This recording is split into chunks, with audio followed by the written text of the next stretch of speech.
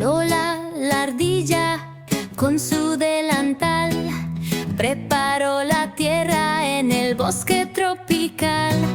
Hoy sembraremos semillas de amor para que crezca un árbol con color. Tito el tejón le dijo al llegar: Lola, paciencia hay que regar. La naturaleza no va deprisa, con cuidado y tiempo todo se avisa.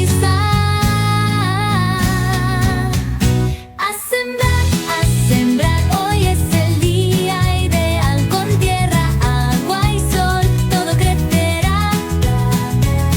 Cuidamos el bosque con dedicación y pronto veremos la transformación. Rocco el mapache trajo una regadera para que con ellas las plantas florecieran. Mira, Lola, ya brota una hojita. Es pequeñita pero está bonita.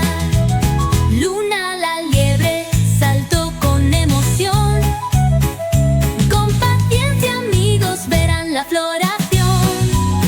Las arispas vuelven fuertes y en paz, y el bosque entero brillará más. A sembrar, hoy es el día ideal. Con tierra, agua y sol todo crecerá.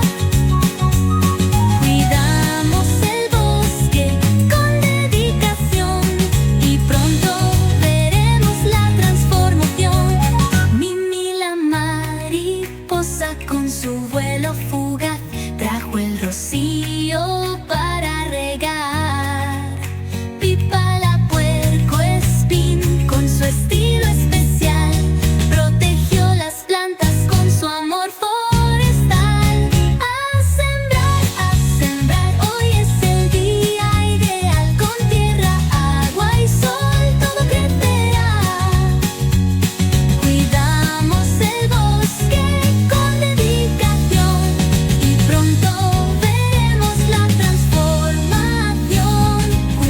Un mes después, el bosque floreció y un árbol gigante frente a ellos brotó.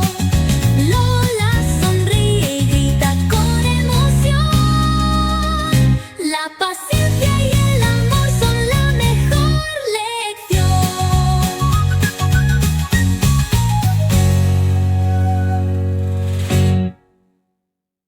Suscríbete y dale like. Con nosotros siempre vas a reír. Suscríbete y dale like. En el bosque mágico ven a vivir. Hey, amigos, no lo pienses